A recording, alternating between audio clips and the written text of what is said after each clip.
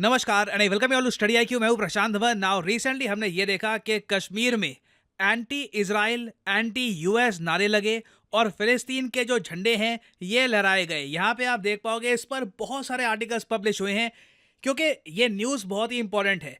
Internationally जहां भी आज के समय एंटी इजराइल सेंटिमेंट बन रही है, प्रो फिलिस्तीन सेंटिमेंट बन रही है, आप देखोगे ग्लोबल मीडिया उसको प्रॉपरली कवर कर रहा है एक ऐसे टाइम में जब इजराइल हमास वॉर लगातार चल रही है कई महीनों से। तो यहाँ पे आप देख पाओगे लिखा है Palestinian flags waved, anti Israel slogan raised during Muharram procession in Jammu and Kashmir. इस पे बहुत सारे आर्टिकल्स पब्लिश हुए हैं और साथ ही साथ देखो फिलिस्तीन इंडिया में न्यूज इसलिए भी है क्योंकि भारत ने 2.5 मिलियन डॉलर्स ये भेज दिए हैं फिलिस्तीनी रेफ्यूजीज के लिए यूनाइटेड नेशंस को। टोटल भारत 5 मिलियन डॉलर्स देगा यूनाइटेड नेशंस को, जो इस्तेमाल किए जाएंगे फिलिस्तीन के कल्याण के लिए।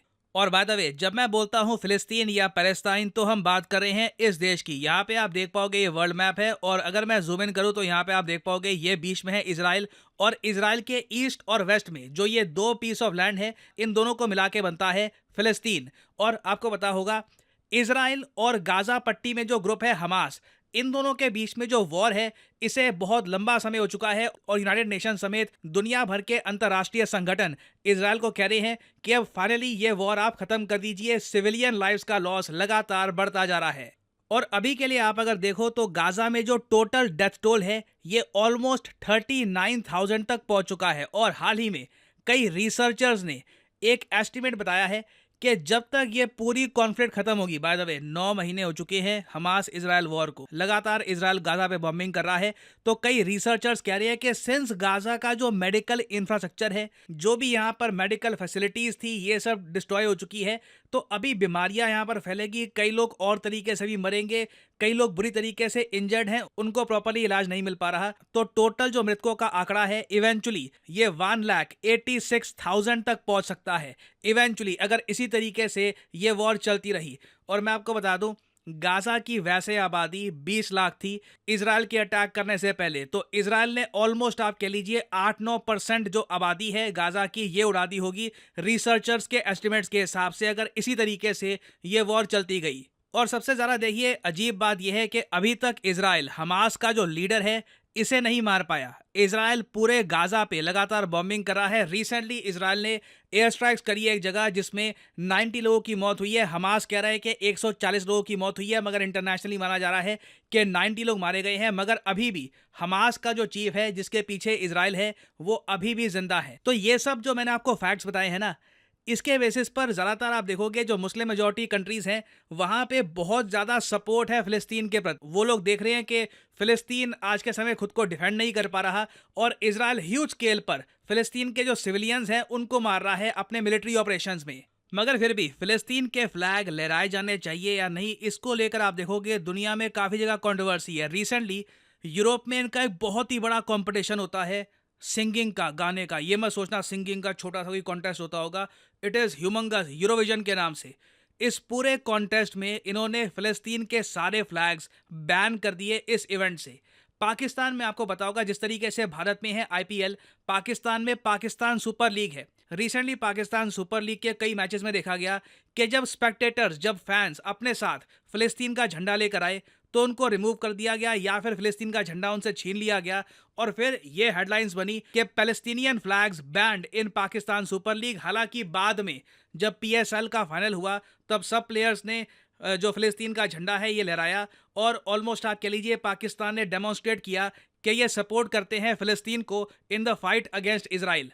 और जिस तरीके से पूरी दुनिया फिलिस्तीन के झंडे को लेकर बटी हुई है, उसी तरीके से हमने ये भी देखा कि इंडिया में भी ना कई जगह आप नोटिस करना कि अगर कोई युवक एक फिलिस्तीन का फ्लैग लहरा रहा है, फॉर एग्जांपल उत्तर प्रदेश में केस सामने आया कि एक आदमी था वो फिलिस्तीन का झंडा लहरा रहा था। इस पर इन्वेस्टिगेशन शुरू हो चुकी है। बिहार में भी सेम केस दिखा। यहाँ पे आप देख पाओगे जुलाई 13, 2014 का आर्टिकल है कि Bihar youth allegedly waves Palestinian flags in Muharram procession, probe launched. तो यूपी बिहार में ये सब हुआ है। बट जैसे आप जानते हैं law and order state subject है। जम्मू कश्मीर में काफी हद तक ओपनली फिलिस्तीन के फ्लैग लहराए गए हैं और anti US anti Israel slogans भी लगे हैं।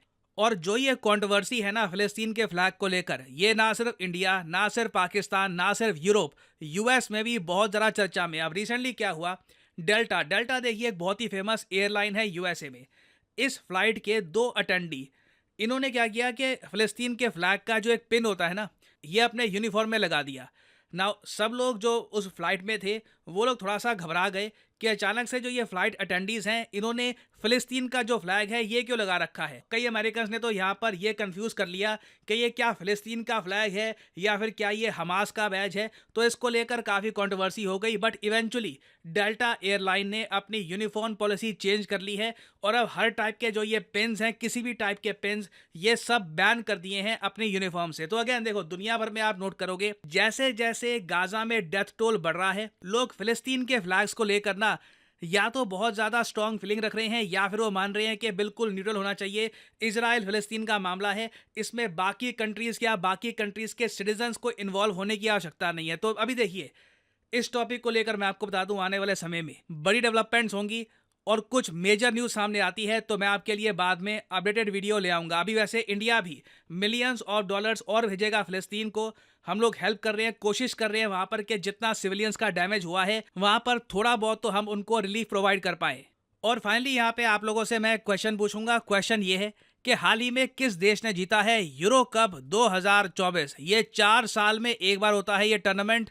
बहुत ही स्पेशल टूर्नामेंट है, यूरोप की सब टॉप टीम्स खेलती हैं और हाल ही में ये काफ़ी न्यूज़ में था। बताइए कि कौन सा देश जीता है यूरो कप 2024। ये है यहाँ पे आपकी ऑप्शंस, स्पेन, इंग्लैंड, फ्रांस या फिर पुर्तगाल। कमेंट सेक्शन में करिए उत्तर। जो लोग सही आंसर देंगे उनकी कमेंट को मैं हार्ट दे दूंगा ताकि बाकी लोग समझ पाएं कि सही आंसर क्या है।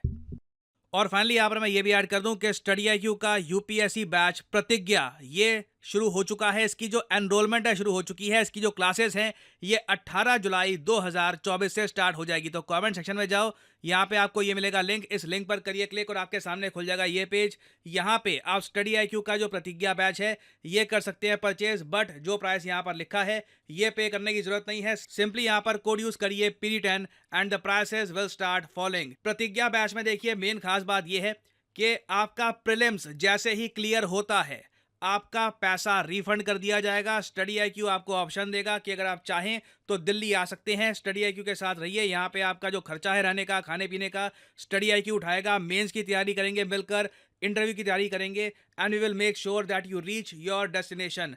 तो ये जो प्रतिज्ञा बैच है इसमें आप कर सकते हैं एनरोल। 18 तारीख को पहली क्लास स्टार्ट हो जाएगी। This will be a fresh batch, बिल्कुल फर्स्ट क्लास है। आप पॉलिटी, हिस्ट्री, वेरियस और टॉपिक्स फ्रॉम द बिगिनिंग पढ़ेंगे। So use the code PD10 and save money. इसी नोट के साथ ये है वीडियो का अंत। Thank you for listening and as I always say, may the gods watch over you.